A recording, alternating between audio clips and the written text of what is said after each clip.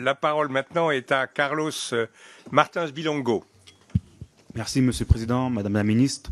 Le secrétariat général de la francophonie est actuellement assuré par le Rwanda avec Louise Mushikiwabo. On peut s'étonner de cette élection dans la mesure où l'enseignement du français est en déclin dans ce pays en faveur de l'anglais. Au-delà de cette légitimité plus discutable, la représentation de l'OIF dispose d'un dispositif concret. Quel dispositif sera mis en place avec les pays où il y a le plus de locuteurs français? On a parlé de la RDC. Il y a la promotion de la langue française, la diversité culturelle, linguistique, appui l'éducation, la formation, l'enseignement supérieur et la recherche, le développement, la coopération économique au service du développement durable. Enfin, les missions de l'OIF impliquent également de promouvoir la paix, la démocratie et les droits de l'homme.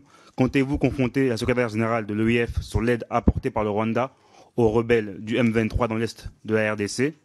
Au-delà des communiqués et des condamnations officielles, quelle action la France va-t-elle prendre pour cesser l'implication du Rwanda auprès de l'organisation criminelle? Je vous remercie, Monsieur le député. Madame la Ministre. Merci beaucoup pour votre question, Monsieur le député. Et vous savez que ce sont deux pays, le Rwanda et la RDC, que je connais très bien. Mais il faut faire attention sur une chose, parce que je le vois aussi quand je voyage.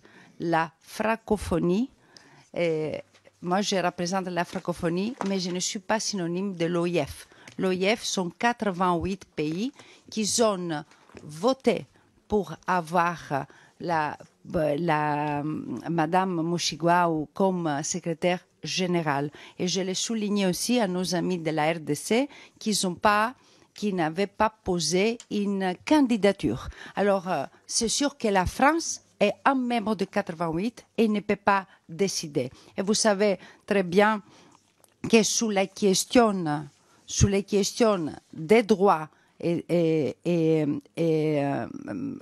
fais, à titre en dehors de la francophonie, mon voyage à la RDC où j'ai condamné les soutiens rwandais au M23. Alors, après, vous m'avez... la France, il condamne les offensives et aussi on fait appel à se retirer immédiatement de tous les territoires qu'il occupe. Mais maintenant, vous m'avez parlé aussi de pays non francophones, comme il a dit le Rwanda, qu'il est la secrétaire générale. Comme je vous disais, sur cette décision, c'est pas la France qui décide. La France vote comme les autres 87 pays.